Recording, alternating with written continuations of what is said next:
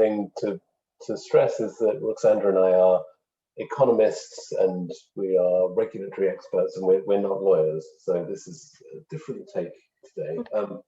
And Alex obviously is a lawyer, so if you have questions which are strictly legal rather than regulatory, then he might be the person to ask. But generally, regulation is largely an intersection between law and economics, in my opinion.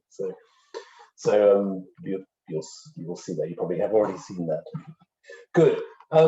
So the first thing that we're doing today is that I'm going to speak for the next hour and a quarter or so about topics 3 and 4 that you see on screen. I think if you don't see on screen now, then please shout. But so you've seen the lectures, the recorded lectures from myself and Ruxandra about network industries. So my introduction and Ruxandra talking about regulation of networks.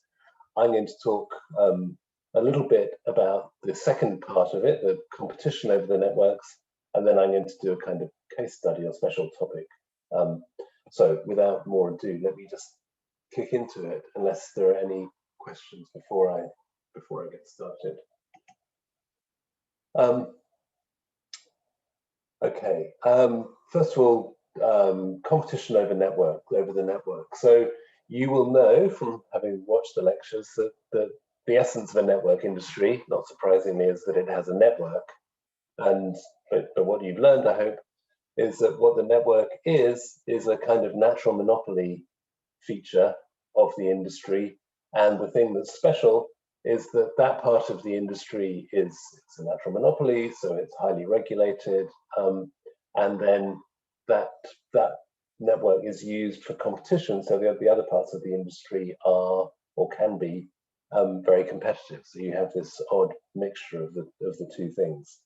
And the different companies who compete are all using the same single network to compete. So now in this section, I'm going to talk about competition over the network. When we talked about regulation over the network, we talked about principles and how it's done and so on. It was rather, I would say, a complete kind of worked out description of how you regulate a network. This is a bit different because the way that competition works over the network is much more industry specific. It's not entirely industry specific, but it's quite. So what I'm going to do is just go through a number of different network industries and describe how competition works. And I'm not going to spend a long time on this, but I hope it gives you a flavor at least.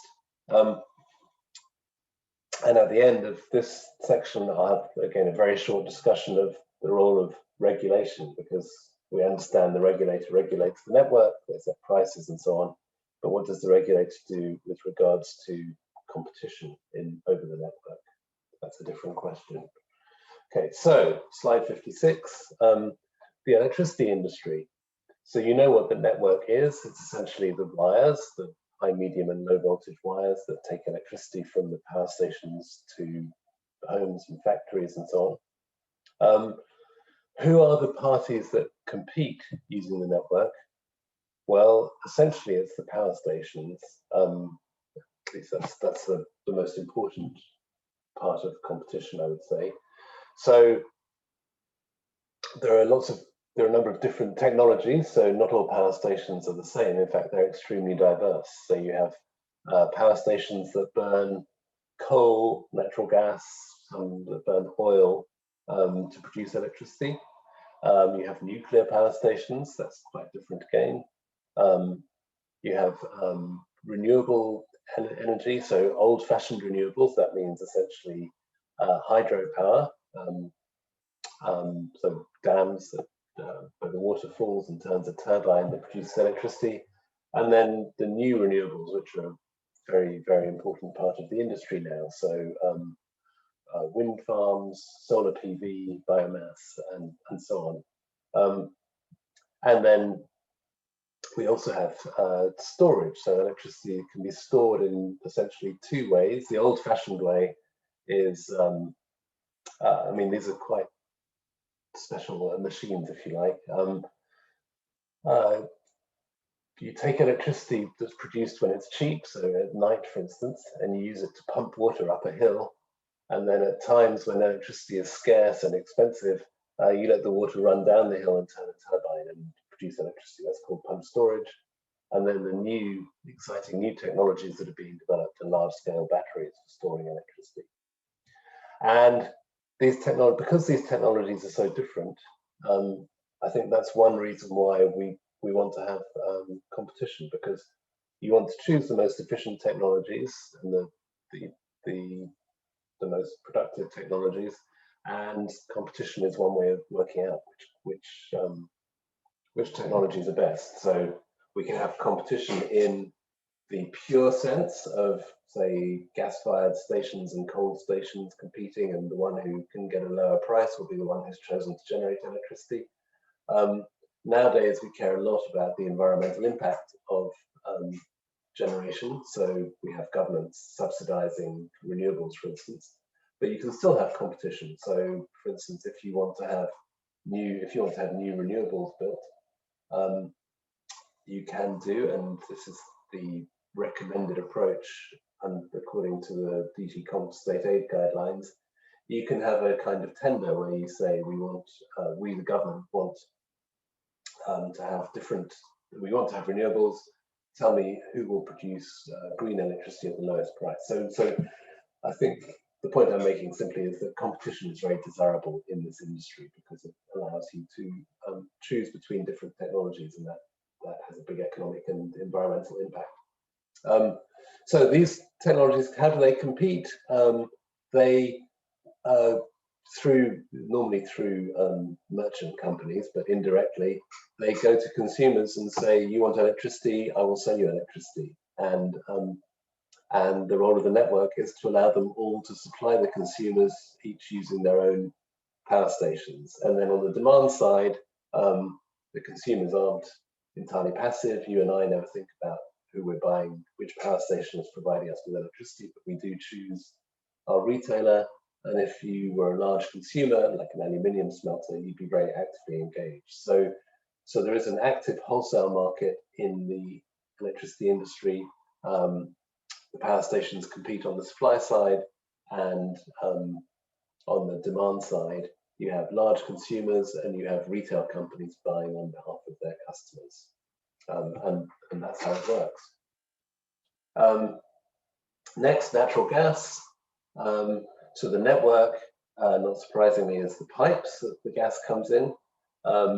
Who's competing? Well, it's similar in a way. The producers are competing with each other to sell gas, and different kinds of customers or consumers are competing to buy gas. So on the selling side, you have domestic producers. So we don't think of Europe as being a major gas producing nation, part of a major gas producing area, but historically the UK, the Netherlands and Norway have all been big producers, and other countries have non-trivial amounts of production.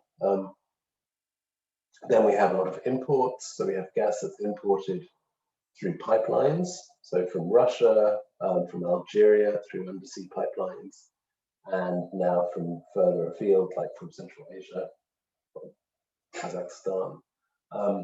And then we also have natural gas that's imported in the form of what's called liquefied natural gas. That is gas that is cooled until it's liquid, put into a tanker, and the tanker arrives at a port, and it's then warmed up until it turns back into gas. And we have Europe has a large number of such receiving terminals. So there's one not far from Valérie in Zeebrugge, and Spain has many, the UK has a number, Poland has one, Germany is developing one, and so on.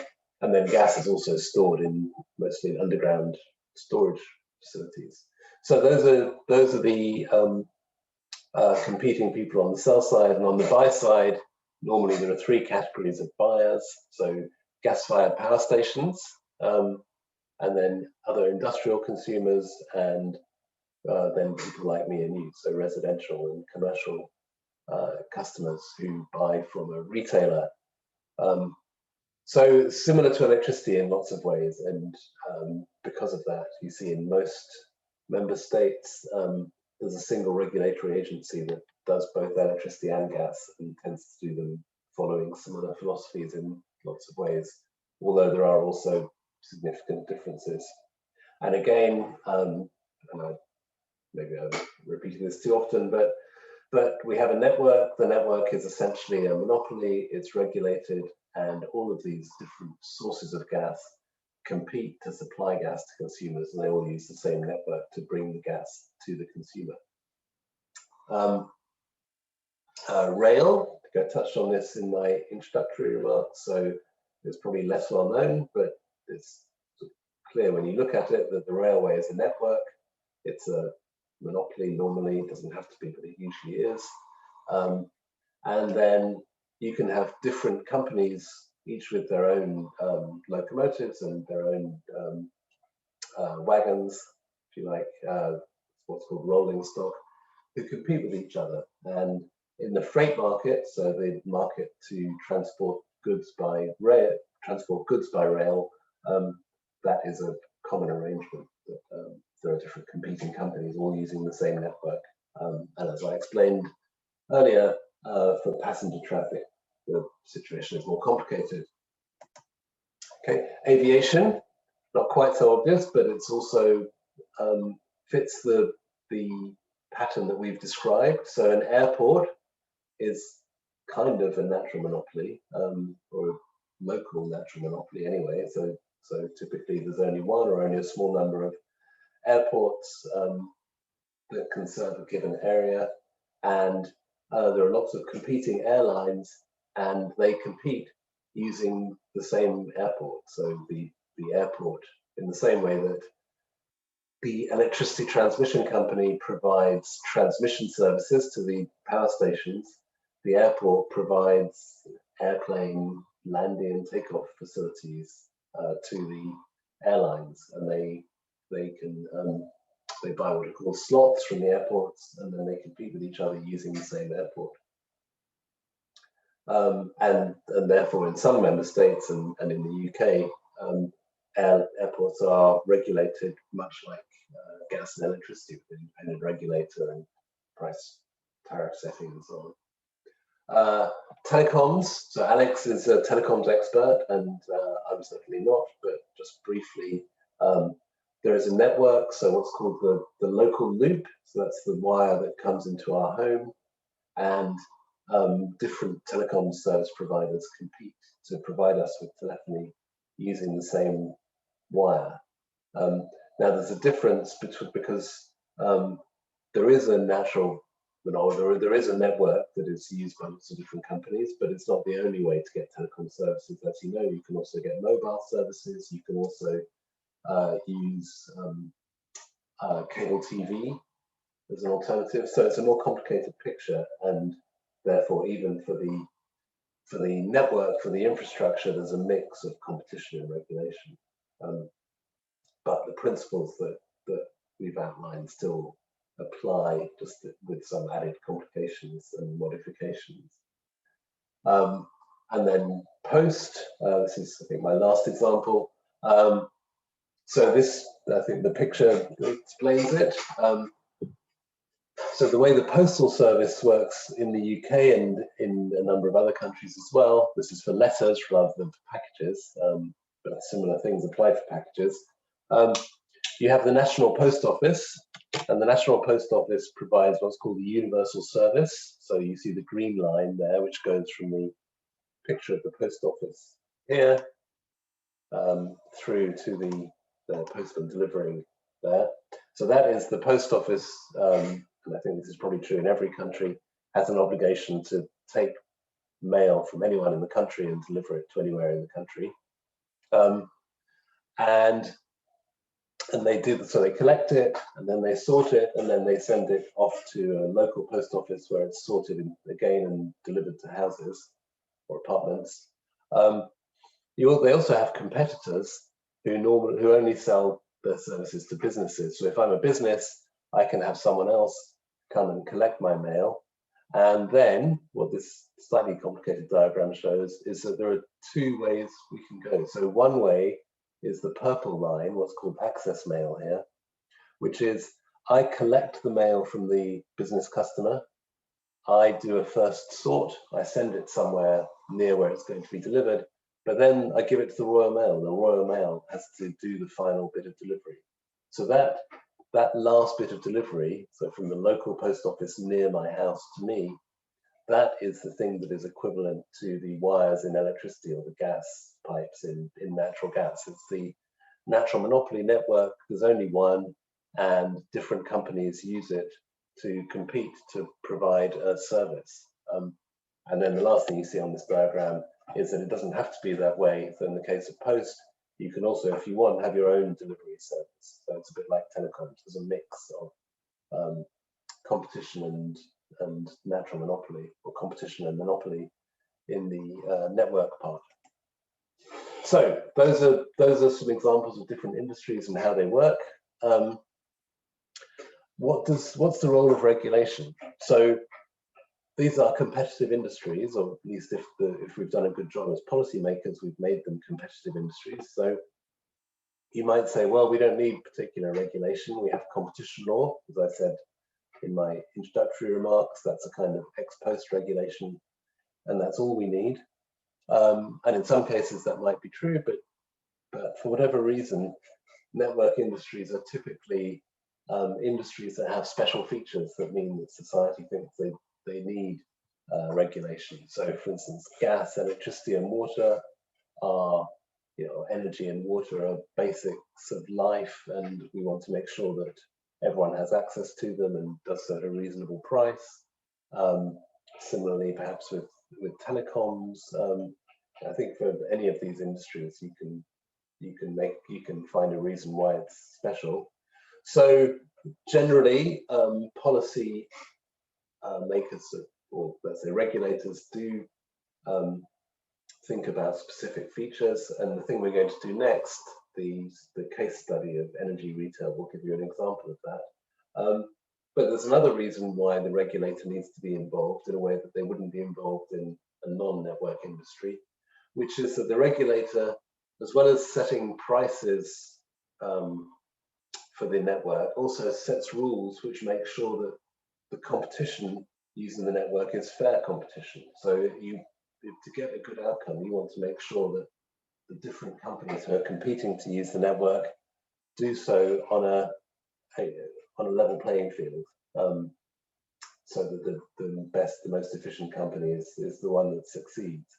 And therefore, the other role of the regulator is to make sure that the system is working, and that the competition between the different companies is fair competition, that you don't have cross subsidies, barriers to entry, and so on. And I've written down some examples here. I think in the interest of time, maybe I will just leave you to read that and move on to the next topic. So any questions about this before I go into the case study? Good. No, thank you. Okay, so next topic is this so-called special topic, energy retail to residential customers. Okay, so why are we doing this? Well, I think the purpose of this module is obviously to teach you about network industries, and as I've said, the theory of natural monopoly and how you regulate a network is quite general. The way that some of the individual network industries work out is quite industry specific. So I think it's useful to look at a case study of a specific industry. Some of the things in this case study will apply to other industries. Some of them will be energy specific. It's a case study taken from the UK. Some of the things are UK specific, but more of them are the kinds of issues that you will come across in other countries as well. Otherwise, I guess it wouldn't be interesting. So let me jump into it. Okay. So what I'm going to do first is give you a bit of background to explain what we're talking about.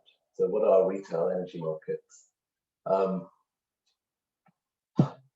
And I think I've already touched on this, but just to be clear, so retail energy means retail as opposed to wholesale, and that means selling natural gas and electricity to small consumers. So that is people like me and you, so residential consumers in their houses and apartments, also people like a small shop or a bakery or something might qualify.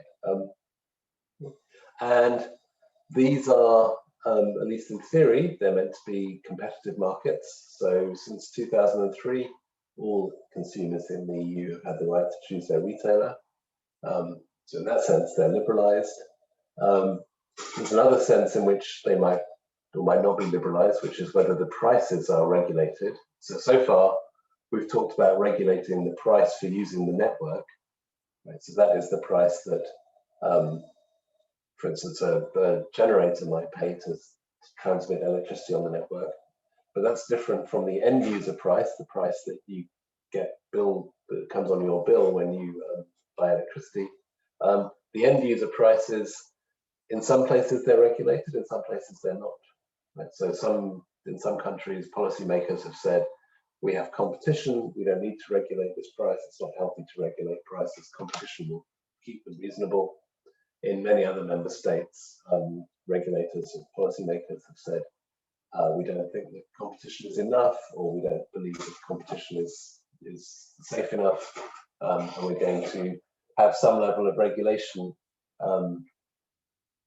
Typically, that means having a regulated price that is available to everyone, and then often, in addition, there are other companies can sell at unregulated prices, but you have every consumer has a kind of fallback that they can buy at a regulated price. The EC was keen to discourage that because they thought that having regulated prices was preventing the growth of competition. So there has been pressure to remove that. On the other hand, in the UK, things have actually gone the other way. So in the time period that this case study covers, we didn't have regulated retail prices. Since this case study happened, we do. Here, this is a bit out of date now, but this is a graph showing a map showing which countries have regulated prices.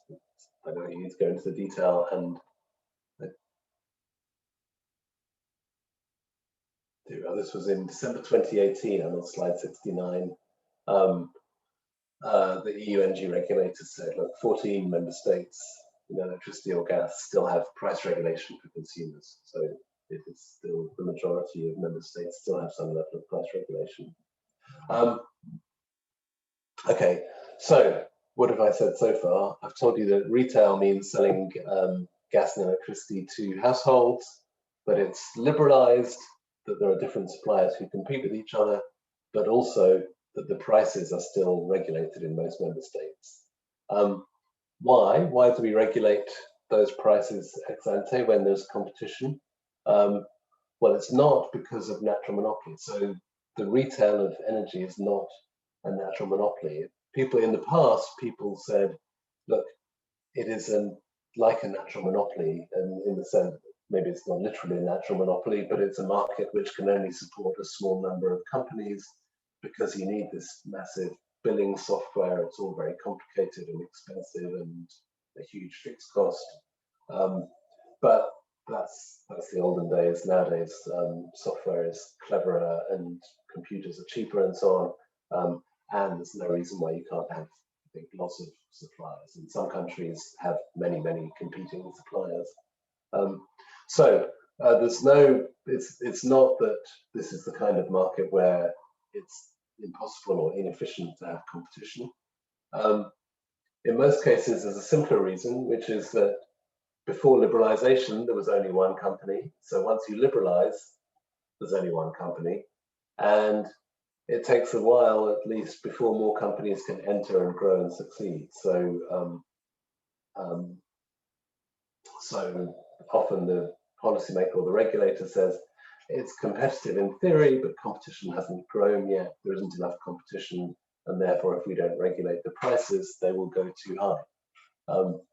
The downside to that is that it's a bit of a vicious circle, because if you have regulated prices, they tend to be kept pretty low, and therefore it's not very attractive to enter, and so the competition doesn't grow. So you might say, that's bad because in the long run, competition is better than regulation. Or you might say that's fine because I don't really believe competition is that great and regulation is safe. Seems to me that there are arguments on both sides. And other reasons why we regulate these markets, well, social concerns, like I said, energy it's not bubble tea, it's something which is really important and essential. And if you're a low-income household, it's a significant part of your household expenditure. So we want to make sure that it is affordable. And it's politically very high profile. So when energy bills go up, that tends to cause headlines and politicians get uncomfortable. The last reason, well, I said there are genuine problems here, genuine reasons why competition may not be working. I should skip this really because that's what the rest of the case study is about. So I'm going to go on.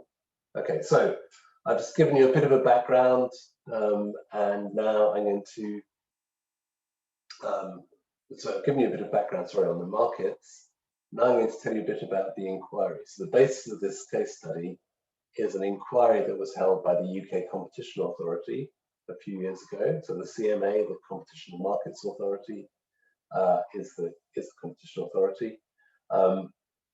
As a competition authority, it's responsible for applying competition law, but that includes not only the sort of Article 101, 102 type things, but it also, under UK competition law, can investigate markets where it thinks the competition isn't working. So this is not, it's not a punitive exercise. They're not looking for breaches of competition law.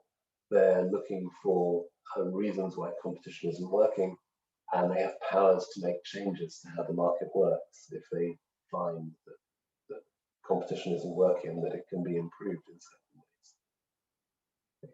So what's this part of the talk going to do?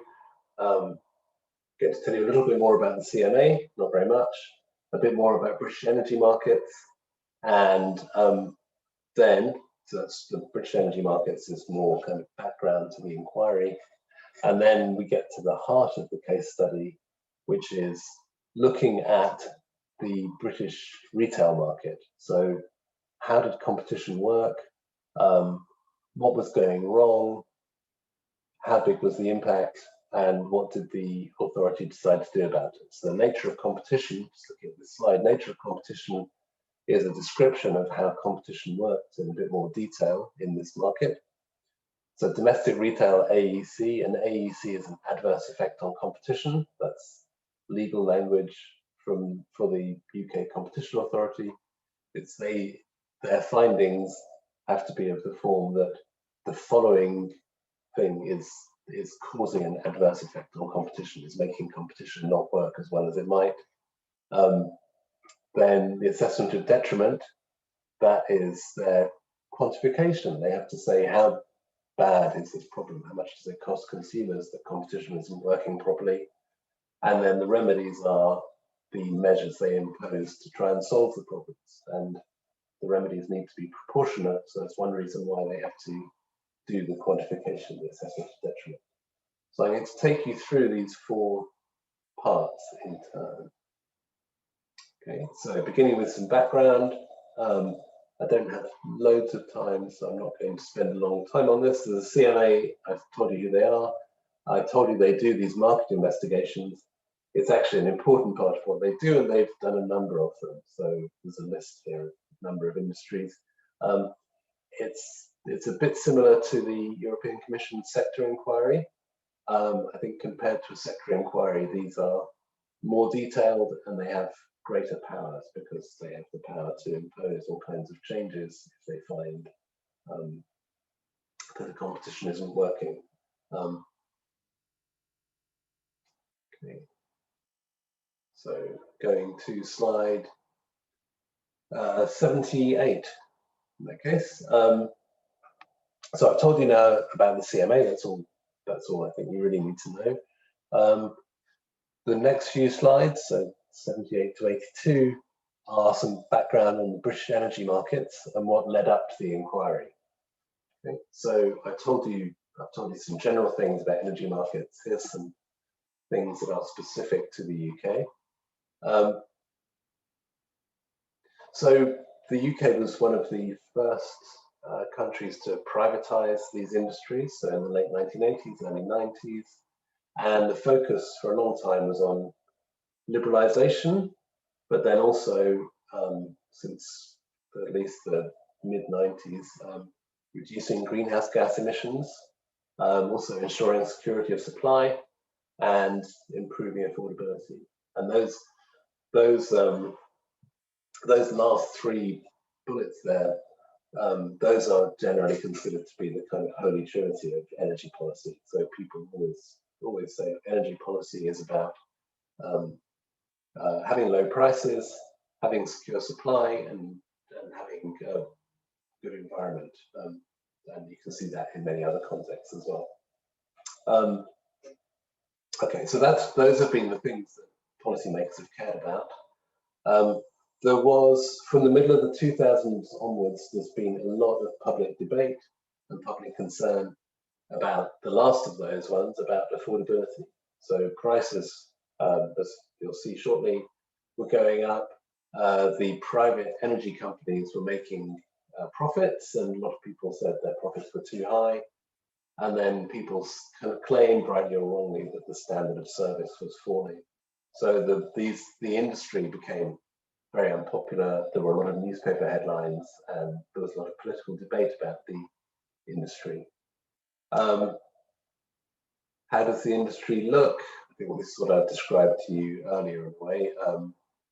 You have wholesale markets with electricity generators and natural gas producers and importers, and they sell to retailers, and then the retailers sell on to consumers. That's probably all we need to say about that. Who are the retailers? So in the UK, still now, but even more when this inquiry started, so 5, 6, 7 years ago, there were 6 big companies who were the names that you would see on pretty much everyone's electricity bill. Okay. So we had Centrica, which is also used the name British Gas. That's the former, if you like, the inheritor of the privatized national gas industry. So it's the equivalent of what was Gaz de France in France, now Engie. EDF Energy, so that's the UK branch of EDF. E.ON and RWE, the 2 German companies, one of them is now left. SSE was a Scottish company, and Scottish Power is a subsidiary of Iberdrola, but it's a Scottish branded subsidiary of Iberdrola. So as of June 2016, when the inquiry was reporting, these companies had between them about 90% share of the market to sell energy to retailers, to small consumers, the domestic meaning residential consumers in Great Britain. Okay, they also owned a lot of generation. They owned 70% of all the electricity generation.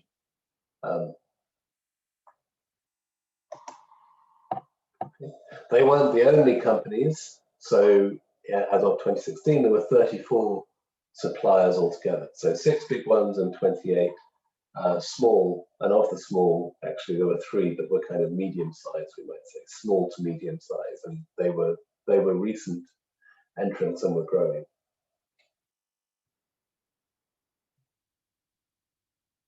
So why did the CMA have an inquiry?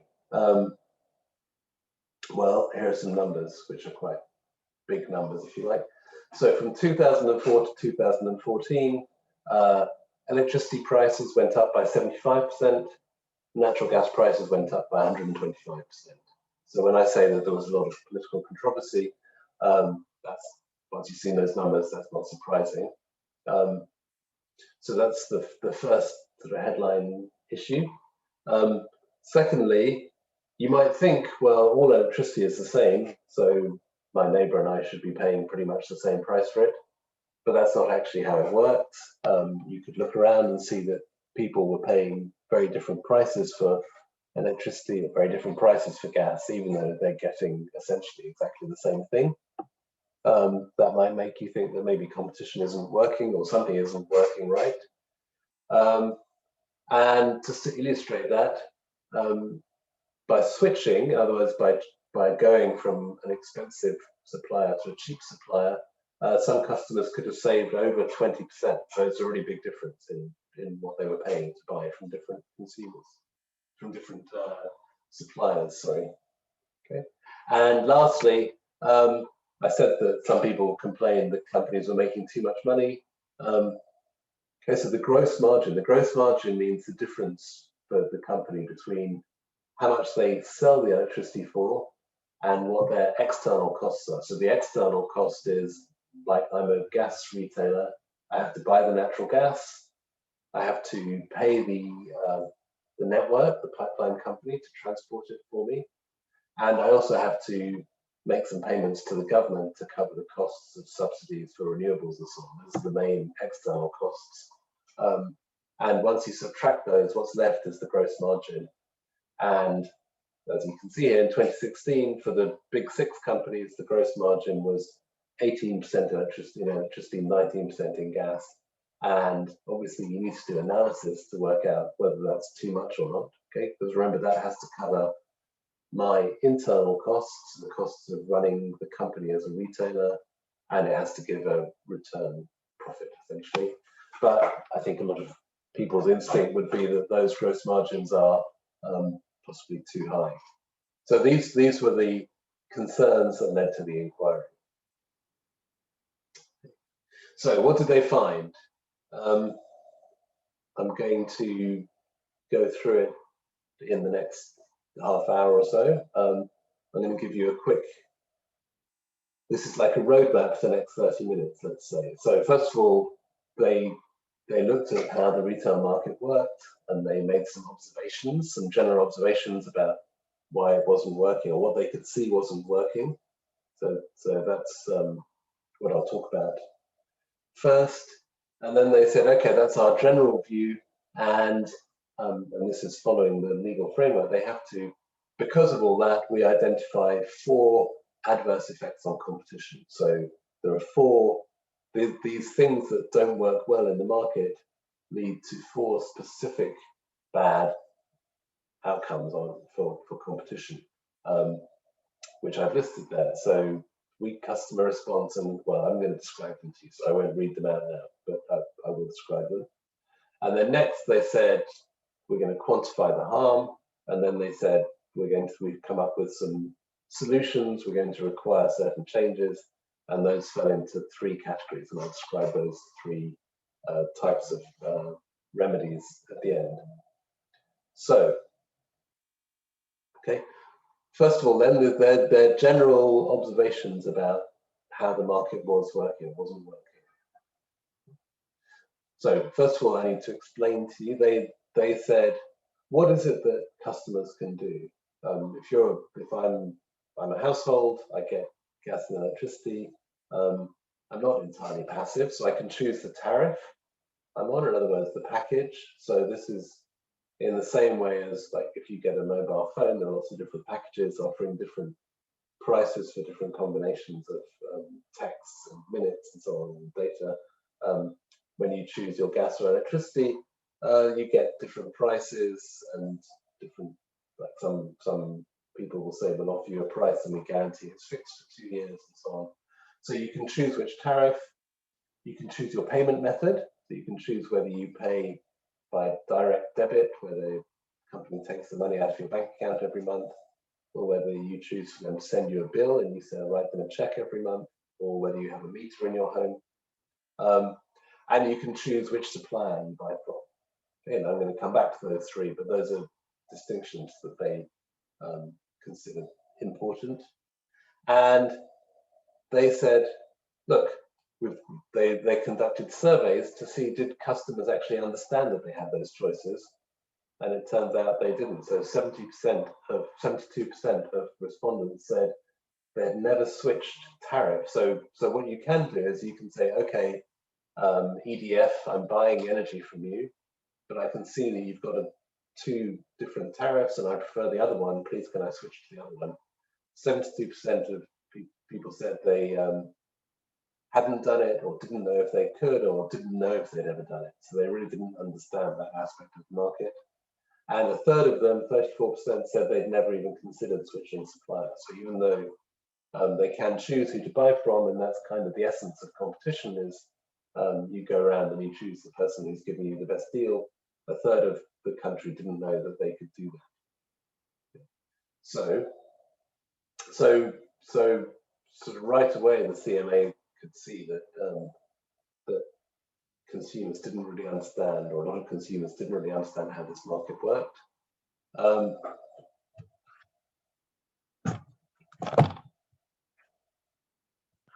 Excuse me a second.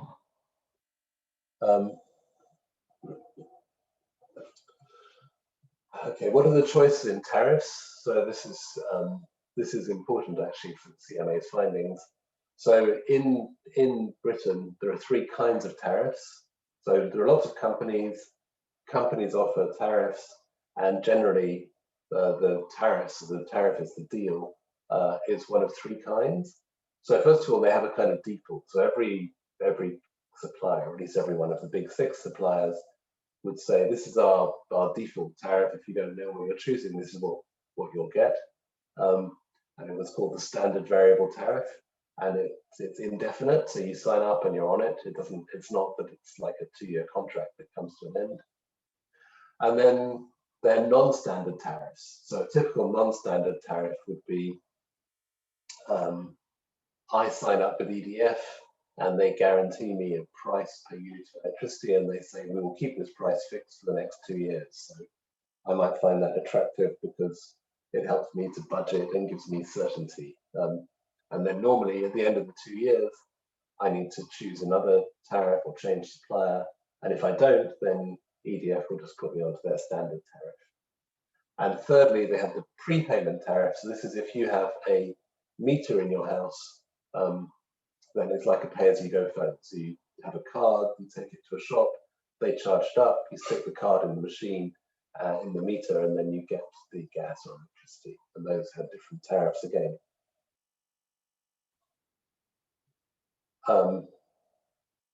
And what did the CMA find about the choice of tariff? They said, look, these standard tariffs are really expensive. They consistently cost much more than the non-standard tariffs, but around 70% of the big six customers are choosing these, or maybe they're not choosing, they're on these more expensive tariffs. And then choice of payment method, well, essentially, so prepayment, you only have, if you have a meter, you only have a meter normally if the company says you have to have a meter because you haven't paid your bill in the past. But otherwise, you've got a much better deal if you paid by direct debit, and yet about a quarter of customers didn't pay by direct debit. Okay, and choice of supplier. So this you might think is the most basic part of competition. As I said earlier, you look around and you see which supplier is the most attractive and you choose them.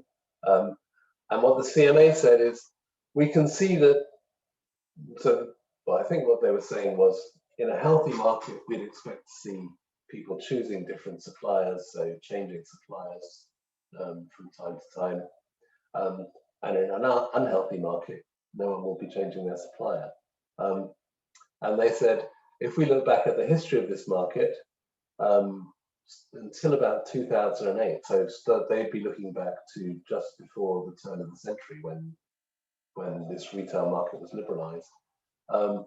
They said the amount of switching was going upwards, and then after 2008, things went into reverse, and the amount of switching went down. And I'll come back to this later, so I'm going to skip it now. But they said there are a number of reasons why that could have happened, and I'll tell you what those were later. Okay, and they said there's less switching, and we can see that here we are in 2016, 20 to 30% of domestic electricity customers haven't switched in the last 10 years, and for gas it it could be even more, 10 to 40%. They were kind of uncertain. I think there were data issues that made it hard to tell exactly, but there was a large proportion of customers who hadn't switched. So let me pause for a minute and just explain what I've just said to you. So the CMA are looking, as I said, at this market to see how does competition work, and what they said is, this is how competition should work. We should see customers who understand that they can choose their supplier, and they switch suppliers from time to time because they get better deals by doing that. And similarly, they should understand that that their supplier has different tariffs, and they can choose the deal that best suits them from that supplier. And also, they should understand that they can choose which payment method they like, and mostly we'd expect to see them choosing the one that gives them the lowest price. So what the CMA was saying is that's how it should look, but it doesn't look like that at all. We can see that there are lots of people who never switch supplier. There are lots of people who choose the high price instead of the low price way of paying. And most striking, we can see that most customers are on more expensive rather than less expensive tariffs, and that is weird and makes us uncomfortable. And just to show you some numbers or some data, now on slide 91, this is a graph of, so each dot is a price for a particular tariff, okay, and then the horizontal axis is time. So one of these dots will tell you this is a tariff that was available at a certain point in time, and the y-axis tells you if you were on this tariff and you had an average amount of consumption, how much would you pay per year? Okay. And I told you that each company, each of the big six, has the standard variable tariff. That's their default, the one that they give you if you haven't chosen for yourself, and that about 70% of customers were on those kinds of tariffs. The green solid line is the average of value of those tariffs. So what you can see is that the green line, which is what most people are getting, is more expensive than almost all of the other tariffs. So the other tariffs are mostly cheaper. Some of them you can see are much cheaper. The ones that are more expensive are mostly blue, and blue means that it's a cap, and that means that people are paying extra, but in return for that they get the certainty that, or it's capped or fixed, so the blue or the grey, and that gives them the certainty that that they won't see price increases in the future. So unless you're paying for that certainty, mostly you pay much less than if you pay for the standard tariff. So that graph is, if you like, just sums up the concerns of the CMA. Here's a market. There are lots of good deals out there, but most people aren't getting them. So what's going on? Why isn't this working properly? And I think that's going to skip that. So I'm going to slide 93. And here's something similar in a way. So what this graph shows, again, it's a graph over time, and each line tells you the average price for a different company. Okay, so it's the average electricity and gas bill I think it's the average electricity bill so like the light blue line, which is the highest one at the beginning of the time period, it's the highest of the solid lines, is the average electricity bill for a typical customer buying from SSE, and the pink or purple line is the average electricity bill for someone buying from Scottish Power, and so on. And the 6 solid lines are the bills for the big six companies, and the 3 dotted lines are the bills for the 3 smaller companies that I mentioned earlier, the ones that were entrants and were growing, were sort of medium sized. And what you can see is there are big differences, and the biggest difference is that the big 6 all cost by the time you get to towards 2014-15, in other words, on the right hand side of this graph, the dotted lines are much lower than the solid lines. So the 3 new companies are much cheaper than the 6 old companies. And then even amongst themselves, the 6 old companies have quite different prices. You can see that EDF is consistently significantly cheaper than the rest, and Centrica, the green line, and SSE, the light blue line, seem to be pretty expensive generally. Okay, so again, you're the CMA and you look at this and you think, well, what's going on? Why aren't more people switching to the new companies if they're much cheaper? And if the fact that the old companies are charging so much, does that mean that they're charging too much? Are we seeing excessive profits here? And if so, why? Why isn't competition forcing them to lower their prices? Okay, and slide 94, another source of concern to the CMA. Okay, so in a competitive market, the way we think that competition works, the way that competition does work, is that prices get pushed down towards being close to cost. So if lots of people are competing, then they have to undercut each other, and therefore you'll keep on offering a lower price in order to win business, so long as the price you offer is still above your cost, so you make some profit. So this graph is a comparison. The solid green line is the typical fuel bill of a customer. So that's how much you get from selling to that customer. And the blue thinner line is the typical cost of serving that customer. And so if the green line is above the blue line, that means that you're making a profit. You get more from that customer than you expect it to cost you to serve them. And the bigger the gap, the bigger the profit. And I think the CMA look at this and they say, well, we would have thought that the market would become more competitive and that the green line and the blue line should get closer together, and that if it's a very competitive market, then they should be pretty close to each other because there isn't room for big profits in a competitive market. But that's not what we're seeing. What we're seeing is that the lines are growing apart. You can see as you move to the right that the difference becomes bigger, and it's really, really big by 2015, 2016. So those are very big, those look like very big profits. So again, another sign that competition isn't working. And okay, that's it. So just to pause and tell you what we've just seen the CMA's general view of the market, and their general view is it looks as though there's something that isn't right here, because profits are high and growing for the big six companies. The big six companies charge much more than their new competitors. They have different tariffs, and some of them are more expensive than others, but the customers are choosing, or the customers are getting the more expensive tariffs. It's obvious that something isn't working right. So that was their picture, and then, as I said, the next step for the CMA is to go into specifics to say what is it about the, okay, what is it specifically that's going wrong? Those are like symptoms of failures of competition, but what are the underlying issues? And they identified 4 areas where they thought competition wasn't working well, or the markets weren't working well. Okay, so next I'm going to talk you through these 4, and then at the end quickly tell you what they decided to do about it.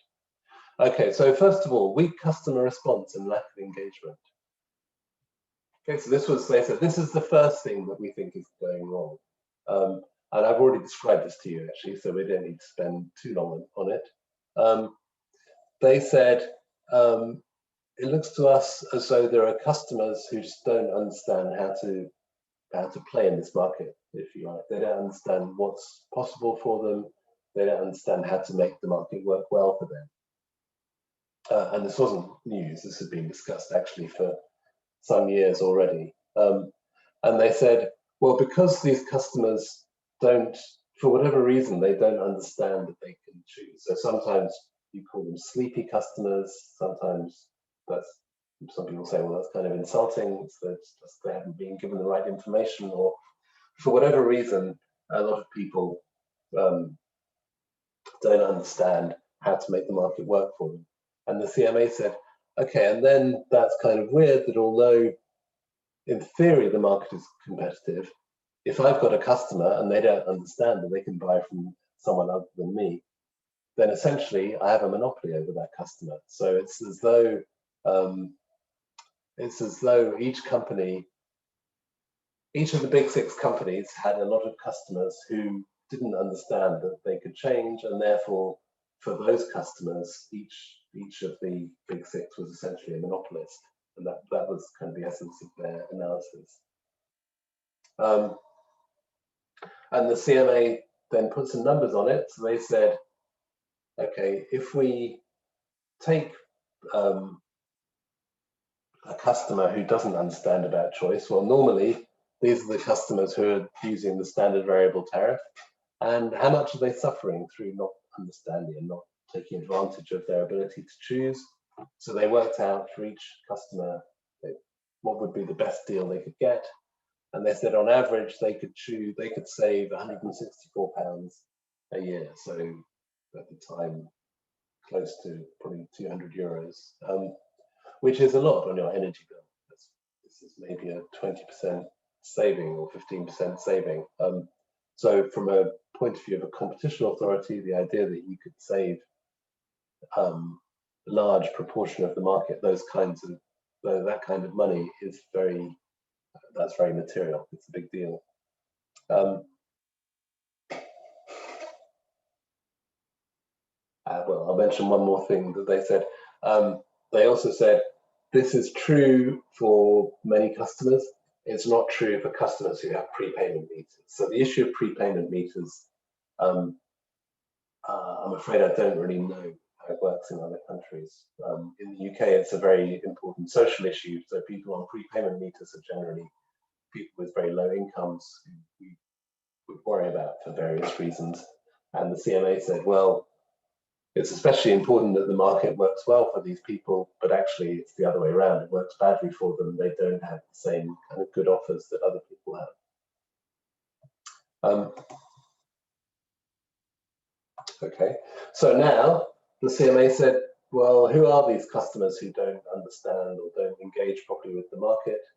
And again, the answer is sort of bad news, because the people that you most worry about are the ones for whom energy is an important part of their life economically. And they said the kinds of people who aren't engaged are low income, low qualifications, not homeowners, and older people. So for these people who those tend to be disadvantaged groups, or they are disadvantaged groups, those are the ones who have the biggest problems. So that's bad news, and that justifies a stronger intervention, I would say. And lastly, maybe I'll skip over this, but the meter type was, if you had a prepayment meter, things were worse for you. Okay, so that's the first problem they identified, is customers, and in particular disadvantaged customers, not being able to make the market work well for them. Secondly, so price discrimination and tacit coordination. So the CMA had been suggested to the CMA that two things were suggested to them. One, that if you look at an individual supplier, they're charging different prices to different customers, and that could be unfair. That would be the price discrimination point. And the other thing that was suggested was, look, when these companies change prices, when they announce price changes, they all announce it within a few weeks of each other. Now, they probably aren't phoning each other up and talking about it, because then they'd be going to jail, and we don't think they do that. And I promise you they don't. They definitely don't. But they could be engaged in what's called tacit coordination. So tacit coordination is just, without talking, everyone comes to an understanding that they shouldn't compete too hard. So when they change prices, they're not going to put the prices down too low, and that's in everyone's interest to keep things going in that way, in everyone's long-term interest. So the CMA investigated those hypotheses, and they said, first of all, yes, it's true that we have these different tariffs. So if we look at one company, they charge some people much more than others, and that isn't because some people cost more to serve than others. So there could be a bit of that. So for instance, it costs more to serve someone who I have to send a bill to than get a check from, because that's more administration. But they said that doesn't explain all the big cost differences. They said the reason why we see, the big price differences, the reason why we see a big price difference is essentially that sleepy customers get charged more because companies know they can charge them more and they won't switch away. And then the customers who are smart and understand how the market works are the ones who get good deals. And then on tacit coordination, they said they'd investigated, but they didn't. They investigated it and they said they didn't see any evidence of misbehavior or tacit coordination. Okay. So they said the second issue we see is not tacit coordination. It is that it relates to the first. It's that the suppliers understand that they can charge their CP customers more, so they do. Okay. Third issue relates to the prepayment segment, and they said, okay, this one is quite complicated, but I'll explain it briefly. A couple of years earlier, the energy regulator, Ofgem, had said, they said, look, we think this market is too complicated, and that's why a lot of customers can't deal with it. So we're going to make it simpler. So we're going to say to each company, you can't have lots of different tariffs, you can only have up to 4. And the CMA looked and they said, okay guys, that was actually kind of dumb. And one reason why that was dumb is that we would like the companies to be offering good tariffs to the prepayment customers, but if they can only have 4 tariffs, they need those for the majority of customers, and therefore they're not going to be offering to use up that sort of limited capacity to have different prices, to offer good prices to the prepayment customers, the people with meters. Okay. So that and other issues affected the prepayment segment. Okay. And fourth, and related to that, the CMA said, this is quite unusual, but it was quite interesting. They basically said the fourth problem with this market is that the regulator has done a bad job for a number of years. Okay. So they said, so first of all, they said, let's go back to 2009. So just to give you a bit of history quickly, when the electricity industry was privatized, it started off with lots of local companies. So for instance, you had a company in Scotland and all their customers were in Scotland.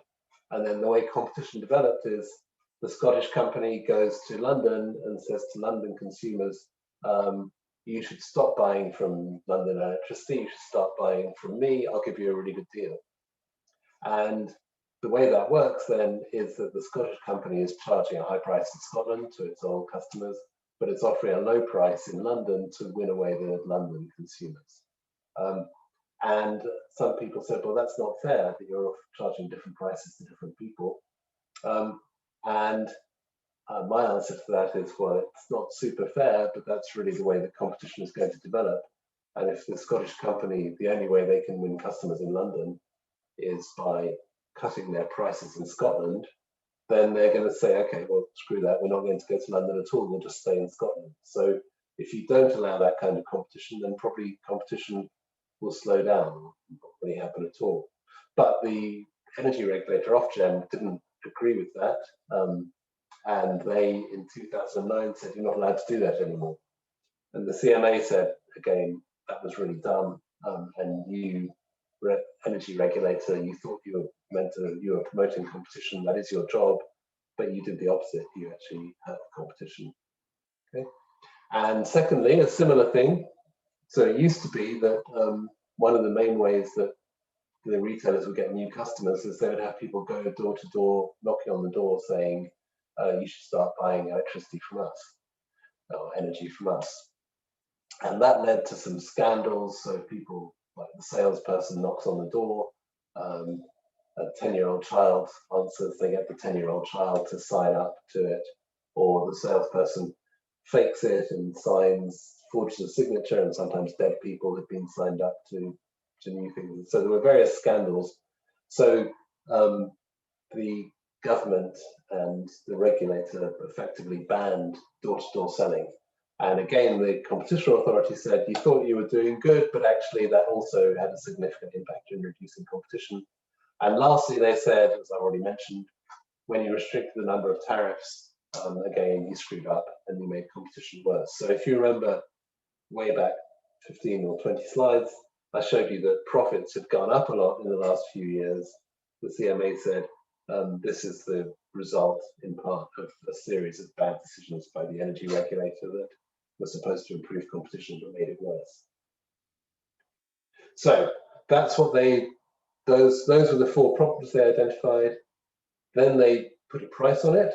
So going straight to slide 109, they said, they did a calculation. They said, over the last 3 years, if everyone had chosen the best tariff, then put it together, they would have saved £1.4 billion a year, which is a lot of money.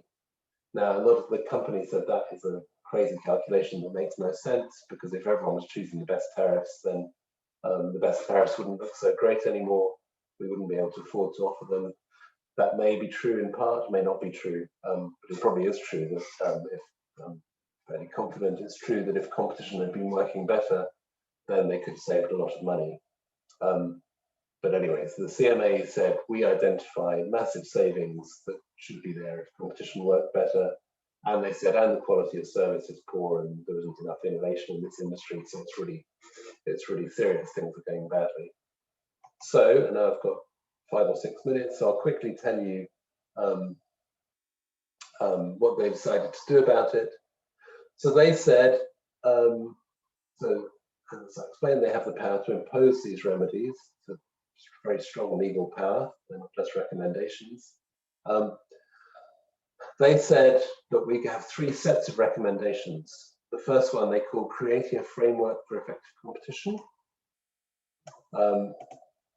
Essentially, that means undoing the mistakes of the regulator and making regulation work better. The second one they called helping customers to engage. Essentially, that meant dealing with some of the problems which make it difficult for customers to understand and to switch and so on. And the third one, protecting customers who are less able to engage. Let me just take you through them quickly, what they were.